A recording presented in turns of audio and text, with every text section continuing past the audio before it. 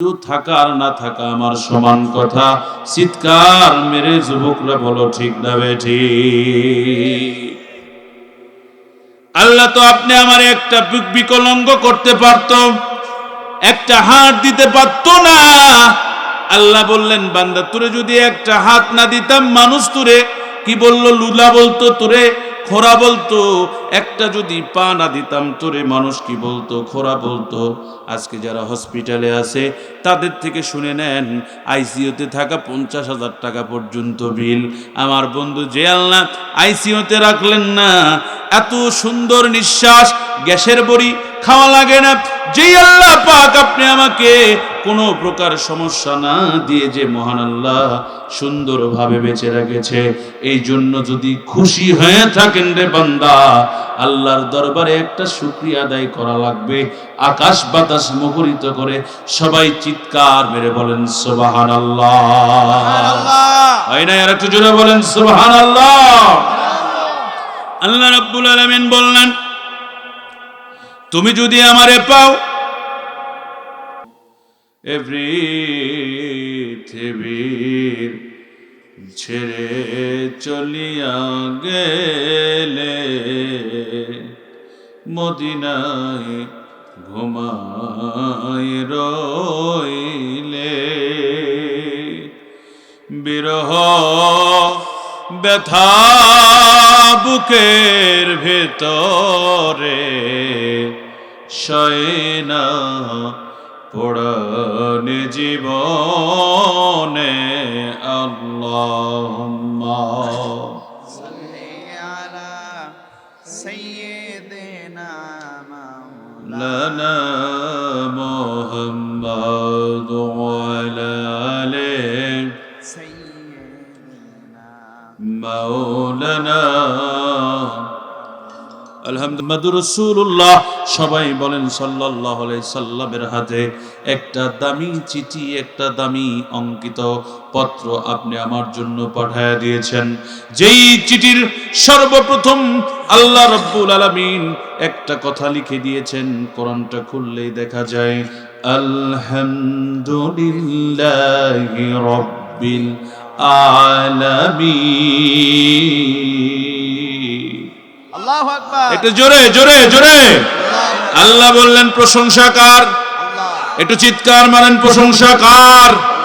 আল্লাহ বললেন, প্রশংসা আমার। বান্দা, তুমি আমার প্রশংসা করবা, কারণ তোমাকে দেখায় আমি, তোমাকে খাওয়াই আমি, তোমাকে পড়াই আমি, তুমি চলাফেরা করো সেটার জন্য আমি, তোমার সুন্দর চোখের দৃষ্টি দিয়েছি সেটাও আমি দিয়েছি। বান্দারে, তোমাকে বড় কুদরত করে আমি তৈরি করেছি, তুমি কেন ভুলে গিয়েছো? পৃথিবীর সবাই তোমাকে ভুলে যাবে, একমাত্র আমি আল্লাহ তোমাকে ভুলবো না। আমি আল্লাহ তোমার জন্যই একটা হেদায়েতের বাণী পাঠিয়ে দিয়েছি। ও মুসলমান ভাইরা, আফসোস লাগে, কেউ যদি একটা মেসেজ করে তাহলে মেসেজটা কত সুন্দরভাবে আমরা দেখি, মনোযোগ দিয়ে পড়ি। আর যদি কোনো প্রেমিকা কোনো প্রেমিককে যদি একটা মেসেজ করে, তো সেটা বারবার বারবার পড়ে। আমি আজকে একটা নতুন পাসপোর্ট পেয়েছি, আমার এর আগে ছিল এমআরপি, কিন্তু এইবার একটা ইলেকট্রিক পাসপোর্ট পেয়েছি। পাসপোর্টটা আজকে না হলেও 3বার 4বার 5বার করে পড়তেছিলাম, প্রিন্টের কোনো জায়গায় ভুল হয়েছে কিনা বারবার বারবার দেখতেছিলাম। কিন্তু মুসলমান, আমরা যদি কোনো বিয়ের দাওয়াত পাই, সেই বিয়ের দাওয়াত কার্ডের মধ্যে লেখা থাকে, ওই নামটাও বারবার বারবার পড়ি। ওই সময় কোথায়, সময় কখন হবে, কোন দিন কোথায় যেতে হবে, সকালের দাওয়াত না বিকেলের দাওয়াত। মুসলমান ভাইরা, কেউ যদি আমাদেরকে বিদেশ থেকে ইমেল করে, একটা পত্র পাঠায় দেয়, সেই পত্রটাও বারবার পড়ি। কথা বলেন ঠিক কিনা? কিন্তু মহান আল্লাহ রাব্বুল আলামিন 1400 বছর আগে যেই আল্লাহ পাক আপনি আমার জন্য, মুক্তির জন্য, মানবতার জন্য, যে মহান আল্লাহ আমাদের জন্য একটা কোরআন নামক চিঠি পাঠিয়ে দিয়েছে, দুঃখের বিষয় লাগে রে মুসলমান, মুসলমান সেই কোরআনটা আজকে পড়তে পারে না। মুসলমান কোরআন শরীফ আর পড়তে পারে? দুঃখ লাগে তখনই যখন আপনি মাটি দিতে যান, একজন হুজুরকে হায়ার করে বলতে হয়, মিনহা খালাকনাকুম ওয়া ফিহা নুইদুকুম, এইরকম করে একজন চিল্লাই আর আপনি শুনে শুনে শুনে শুনে মাটি দেন, তখনও তো মনে হয় আপনি মুসলমান নয়। ও মুসলমান, এই জন্যই তো আমি আপনাদের কাছে একটা তথ্য তুললাম।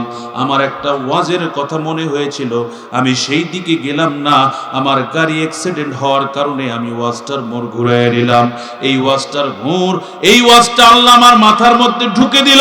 যুবক রে, আর্জেন্টিনা, নেইমার, ব্রাজিল তোমার কবরের সঙ্গী হবে না, তোমার বিবি তো তোমার কবরের সঙ্গী হবে না, তোমার মাও তোমার কবরের সঙ্গী হবে না, তোমার বাবা তো তোমার কবরের সঙ্গী হবে না।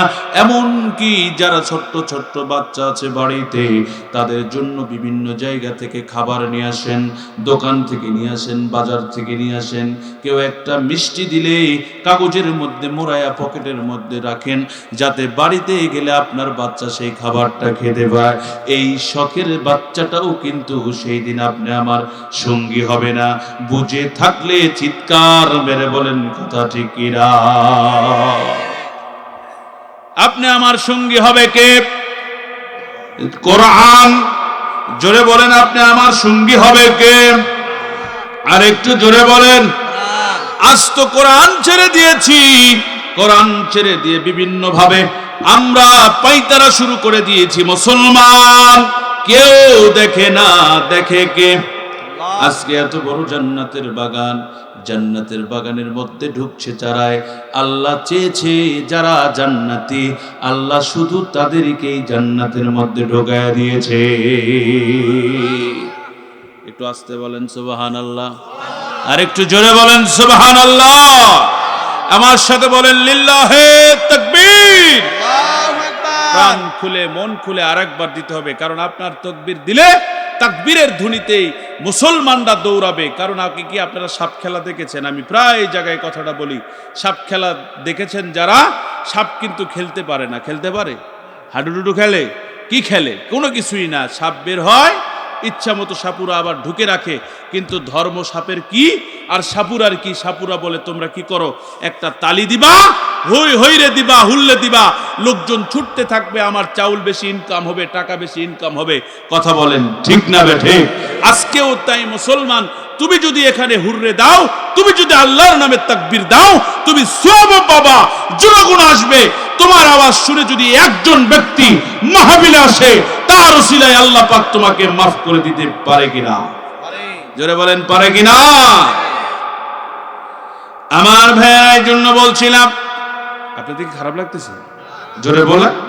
আমি এই জন্য বলছিলাম, আল্লাহ বললেন আর রহমান, আল্লাহ বড় দয়ালু। প্রশ্ন আসতে পারে কেমন দয়ালু? মুসলমান দিলের কান্ডা লাগায় শুনবেন। বাজানরে গলার সমস্যা, গলাতে ঠান্ডা লেগে কথা বলা বড় কষ্ট হচ্ছে, তারপরও কথাগুলো বলে দিয়ে যায়। আপনি আমার নবী দুনিয়ায় এসেছেন মানুষের মুক্তির জন্য। এই নবী একটা কোরআন নিয়েছেন। আমি যেহেতু আপনাদেরকে একটা কথা বুঝাতে চাচ্ছি, এই জন্য একটু বিস্তারিত বলছি। অন্যদিকে নজর দিবেন না, গ্রামের মানুষ তাফসীর বুঝবেন না। সাধারণ একটা ঘটনা বলে দিয়ে যাব। ইসলাম তো এত সোজা নয়। ইসলাম তো আপনি আমি পেয়েছি, বাবা মুসলমান, মা মুসলমান, দাদা মুসলমান, সেই সূত্রে আপনি আমি মুসলমান। কিন্তু অযথা এই সূত্রে মুসলমান হওয়া কিন্তু সে আমলে হয় নাই। সে আমলের যারা মুসলমান ছিল, এরা বড় কষ্ট করে মুসলমান হয়েছে। এদেরকে অনেককে ঘর থেকে বের হতে দেয়নি, অনেককে কষ্ট করতে হয়েছে, খাবারও দেয়নি। আল্লাহর নবী বলেছিলেন, তোমরা শুনে থাকো, যারা আজকে ইসলামের জন্য মানহানি হচ্ছে, যাদের ইসলামের জন্য কষ্ট হচ্ছে, আমি আল্লাহ রাসূল বললাম, কিয়ামতের ময়দানে আল্লাহ তোমাদেরকে বিশাল জান্নাত দিয়ে ধন্য করবে। কথা বলেন ঠিক কিনা? আমার ভাইয়েরা, আল্লাহ রাব্বুল আলামিনের পয়গম্বর দুনিয়াতে আসলেন, যে আল্লাহ নবীকে দুনিয়ায় পাঠিয়ে দিলেন। আল্লাহ বললেন, আমি যে তোমাকে ভালোবাসি তার একটা প্রমাণ তোমাকে দিয়ে আমি আলোচনা শুরু করব। আমার যুবক ভাইয়েরা, আজকে রাত জেগে জেগে আপনি আমি মোবাইল নামক যন্ত্রটা টিপাটিপি করছি। এই মোবাইলের মধ্যে ফেসবুক আছে। ফেসবুক টানতে গেলে দেখা যায় অনেক প্রকার অশ্লীল ছবি আসে, অনেক প্রকার অশ্লীল গান আসে, অনেক প্রকার অশ্লীল বেহাবনা আসে, আবার অনেক প্রকার ভালো জিনিসও আছে। কথা কোন ঠিক কিনা? কিন্তু প্রশ্ন, সারা রাত জাগে তুমি ফেসবুক টানতেছ। আল্লাহ বললেন বান্দা শোনো, তুমি যদি আমার কোরআন না মানো, তুমি যদি আমার দয়া না মানো, একবার চিন্তা করে দেখো রে যুবক, তোমাকে যেই চোখ দিয়েছি, যার চোখ নাই তার কাছে গিয়ে একবার বসো, তারে বলো ও মুসলমান, তুমি যে দুনিয়া দেখতে পাও না, কেমন লাগে তোমার, তুমি কি একটু বলবা? ওই মানুষটা বলবে তো থাকা আর না থাকা আমার সমান কথা। চিৎকার মেরে যুবকরা বলো ঠিক না বেঠিক? আল্লাহ তো আপনি আমার একটা বিকলাঙ্গ করতে পারত, একটা হাত দিতে পারতো না। আল্লাহ বললেন বান্দা তোরে যদি একটা হাত না দিতাম, মানুষ তোরে কি বললো? লুলা বলতো, তোরে খোরা বলতো। একটা যদি পা না দিতাম তোরে, মানুষ কি বলতো? খোরা বলতো। আজকে যারা হসপিটালে আছে তাদের থেকে শুনে নেন, আইসিইউতে থাকা 50,000 টাকা পর্যন্ত বিল। আমার বন্ধু যে আল্লাহ আইসিইউতে রাখলেন না, এত সুন্দর নিঃশ্বাস, গ্যাসের বড়ি খাওয়া লাগে না, যেই আল্লাহ পাক আপনি আমাকে কোনো প্রকার সমস্যা না দিয়ে যে মহান আল্লাহ সুন্দরভাবে বেঁচে রেখেছে, এই জন্য যদি খুশি হয়ে থাকেন রে বান্দা, আল্লাহর দরবারে একটা শুকরিয়া আদায় করা লাগবে। আকাশ বাতাস মুখরিত করে সবাই চিৎকার মেরে বলেন সুবহানাল্লাহ। হয় না? আর একটু জোরে বলেন সুবহানাল্লাহ। আল্লাহ রাব্বুল আলামিন বললেন তুমি যদি আমারে পাও, ভাইজান কোনো প্রবলেম? হ্যাঁ, কিন্তু বয়স্ক মানুষরাই, আপনার কথাটা আমি একসেপ্ট করলাম। আমি কয়েকদিন আগে ওমরায় গিয়েছিলাম, 40 দিন এখনো হয়েছে, হয়তো 2-1 দিন পার হয়েছে। আমাদের সাথে একটা মুরব্বী ছিল। আমি ওনারে বললাম আপনি আমাদের সাথে যায়েন না, আমরা যুবকেরা যাচ্ছি তুর পাহাড়ে উঠবো, যেখানে আল্লাহ পাক কোরআনুল কারীমটাকে নাজিল করেছেন। সুবহানাল্লাহ বলেন। আপনি যায়েন না? আমার করে উঠতেই 3-4 বোতল পানি খাওয়া লাগে, আপনি যায়েন না? তো বলছে না আমি যাব। উনি আমাদের সাথে গেলেন, মানজাটা পরা, আমার কাছে ছবি আছে, আপনাদের তো দেখানো যাচ্ছে না। মানজাটা পরা, ফর্সা মানুষ, দবদবা, খোদার কসম ইমানি জজবা যে কত বড় মূল্যবান, উনি আমাদের আগে উঠে চলে গেছে। জোরে বলেন সুবহানাল্লাহ। বান্দা যখন আল্লাহর হয়, আল্লাহ তখন বান্দার হয়, আর আল্লাহ যদি বান্দার হয়, গোটা দুনিয়া তার হয়ে যায়। সুবহানাল্লাহ বলেন। কথা ঠিক না বেঠিক? একটু ঈমান। আল্লাহ তো এত কিছু চায় না, আল্লাহ কি চায়? ঈমান চায়। আমার ভাইরা, গভীর মনোযোগ আলোচনার দিকে যাচ্ছি আমি। এই দুনিয়াতে আপনি আমি এসেছি, আল্লাহ ভালোবাসে, পরীক্ষা হয়ে গেল। মহান আল্লাহ রাব্বুল আলামিন এইবার ডাক দিয়ে বললেন দুনিয়াবাসী শোনো, এই দুনিয়াতে নবী যে পাঠায় দিলাম, এখন আমার নবী নাই। আছে? কথা বলেন। আমার নবী নাই, আমার রাসূল নাই, কিন্তু আমার রাসূলের 2টা জিনিস পৃথিবীতে রেখে এসেছে, একটা কোরআন আর একটা হলো তার সুন্নাহ। জোরে কোন সুবহানাল্লাহ। আল্লাহ পাক এখনই মজার দিকে একটু নজর দেন। এতক্ষণ ভূমিকা টানলাম, কার কথাই কে হেদায়েত হয় জানি না, হেদায়েতের মালিক আল্লাহ। আমিও হেদায়েত পেয়েছি কিনা তাও কিন্তু বলতে পারবো না। মঞ্চে কথা বলা এক জিনিস, হেদায়েত পাওয়াটা কিন্তু আরেক জিনিস। কথা বলেন ঠিক কিনা? বাংলাদেশে এমনও আলেম ওলামা আছে, সবাইকে বলবো না, নামধারী কিছু জালেম আছে যারা ফজরের নামাজ পর্যন্ত এখনো পড়ে না। আছে না নাই? কথা বলেন না কেন? জোরে বলেন। তারা আবার গলা ফাটায়। তারা কি ফাটায়? গলা ফাটায়। কি করবেন ভাই? সব জায়গায় তেল। ইসলাম তো একবারে ধ্বংস হয় নাই। আমার নবীজির সাজানো ইসলাম তো এরকম নয়। আমার নবীর ইসলামটাকে ভেঙেছি আমরাই, যারা দায়িত্ব নিয়েছিলাম। কথা বলেন ঠিক না বেঠিক? সাধারণ পাবলিকের কোনো দোষ নাই। সাধারণ পাবলিক কয় হুজুর মিলাদ পড়া জায়েজ নাই, একদল কয় জায়েজ আছে, আর একদল কয় নাই। একদল কয় তারাবির নামাজ 3 রাকাত, বেতের 3 রাকাত পড়া, আরেকজন কয় 1 রাকাত। এগুলা তো ভাই ইউটিউবে বলার দরকার নাই। আছে? কে কি করে করতে দাও, ভালোটা করতে দাও, 3 রাকাতের এত আছে, 1 রাকাতের এত আছে, তোমাকে তো এটা নিয়ে ফতুয়াবাজি করার কোনো দরকার। আমার ভাইয়েরা, আল্লাহর নবী ইসলামটাকে রেখে গিয়েছিলেন যেমন আমরাও রাখবো তেমন। রাজি আছেন আপনারা? যারা রাজি আছেন হাত তুলে বলুন লিল্লাহে তাকবীর, লিল্লাহে তাকবীর। আল্লাহ কবুল করো, আমাদেরকে কবুল করো। আমরা পারবো কিনা জানি না, কিন্তু চেষ্টা তো করতে পারি, ঠিক কিনা? চেষ্টা তো করতে পারি। আল্লাহর নবী যখন, এই তো বললাম আপনাদের কাছে, আমি উমরায় গিয়েছি, 2 চোখ দিয়ে দেখেছি হযরতে আবু বকরের বাড়ি যেথায়, সেখান থেকে প্রায় একটু দূরেই বিশ্ব নবীর বাড়ি, কিন্তু বিশ্ব নবীর বাড়ি আর আবু জেহেলের বাড়িটা এক জায়গায়। চিৎকার মেরে বলেন সুবহানাল্লাহ। আল্লাহর নবী যখন কাবা শরীফে যেতেন, কাবা শরীফে যাওয়ার সময় তিনি আবু জেহেলের বাড়ির উপর দিয়ে যেতেন। আবু জেহেল কিন্তু কাবা শরীফে যেত না, বিশ্ব নবী কাবা শরীফে যাইতেন, কাবার খেদমত করতেন।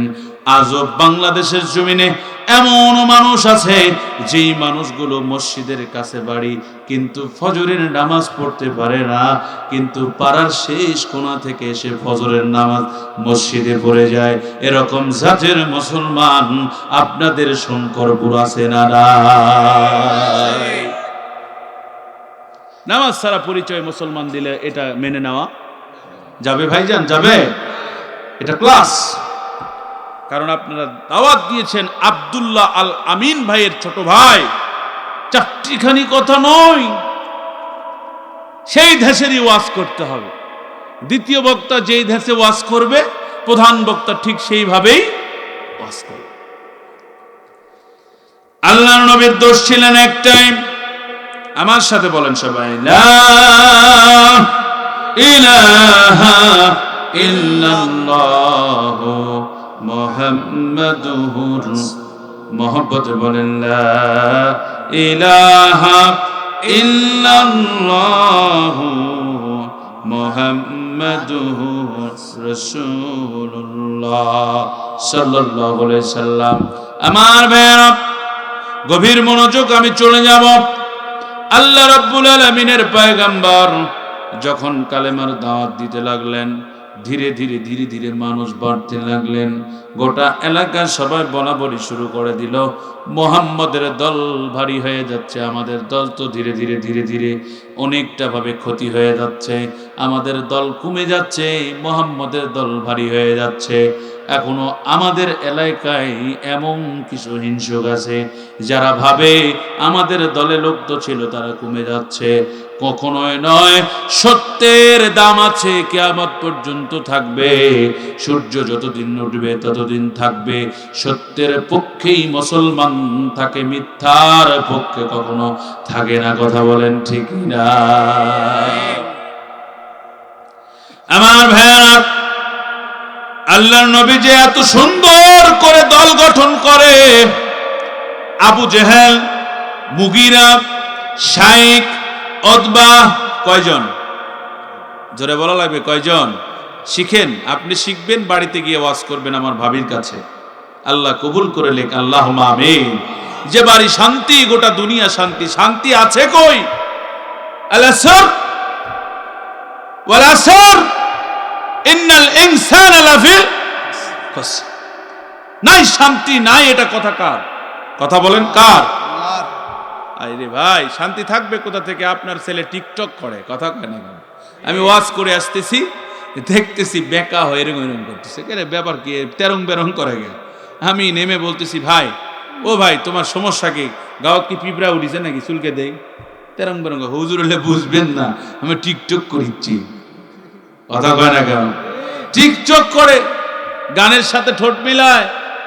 বান্দা সেলিব্রিটি হতে চায়, এই সেলিব্রিটি হয় কোনো লাভ। এই 4 জন নেতা বসে থেকে বলতেছে, আমাদের এখন আর দেরি করলে চলবে না, ধীরে ধীরে মুহাম্মদের দিকে চলে যাচ্ছে। আমাদের মূর্তি পূজা আর হচ্ছে না, মেলা বসতেছে না, আমরা তো কোনো প্রকার মদ জোয়ার আসর আর বসাতে পারতেছি না, নর্তকী নাচাতে পারতেছি না। এলাকার নেতৃত্ব যদি কোনো হুজুর দেয়, সেইখানে কোনো দিন যাত্রা হতে পারে না। এই জন্য আবু জেহেল চিন্তা করলেন আমাদের ব্যবসা তো শেষ। আবু জেহেল এবার চিন্তা করে বের করলেন, মুহাম্মাদের সাথে তো পারা যায় না, যেদিকেই যাই মুহাম্মদ জিতে। সুবহানাল্লাহ কোন? সব জায়গায় মুহাম্মদের জয়। মুহাম্মদকে ঠকাবো কেমনে, একটু আমাকে বুদ্ধি পরামর্শ দাও। এবার মুগিরা, যার জন্মের ঠিক নাই, আল্লাহর রাসূল বললেন, মুগিরা রে, তুমি আমারে গালি দিয়েছ, তুমি যার সন্তান। আজকেও বাংলার জমিনে কেউ যদি জেনে হোক না জেনে হোক, বুঝে হোক না বুঝে হোক, আমার দয়াল নবীকে গালি দেয়, আমার নবীর সম্মান যদি খাটো করার চেষ্টা করে, খোদার কসম খতিয়ান পর্চা খুঁজে দেখবেন ওই ব্যক্তির জন্মের ত্রুটি আছে। কথা বলেন ঠিক না? অ্যাঙ্গেলে মার হবে, একটু বুঝে নিয়েন, কারণ প্রকাশ্য মার দেওয়া যাবে না, তাহলে তো আমার সমস্যা। কথা বলেন না কেন? সম্মানিত ভাইয়া, এইবার আমার নবী ইসলামের কাজ চালায়, আর এরা বৈঠক করে কি করে নবীকে দূরে দেওয়া যায়। এ জাতের মুসলমান আমাদের মধ্যে আছে না নাই?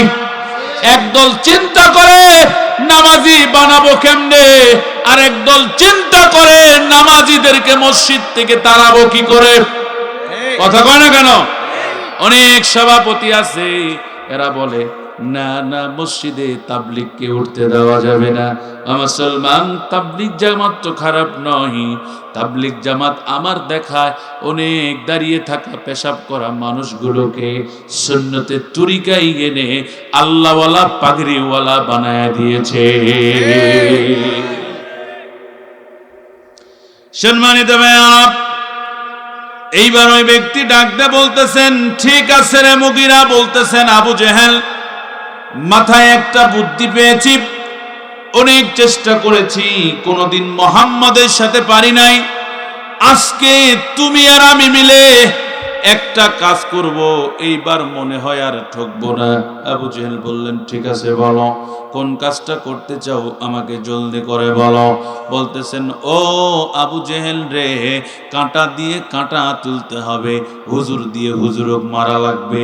যদি হুজুর দিয়ে হুজুর না মারি, কাঁটা দিয়ে কাঁটা না তুলি, তাহলে আমরা পরে পারবো না, মানে তাদের সাথে পারবো না।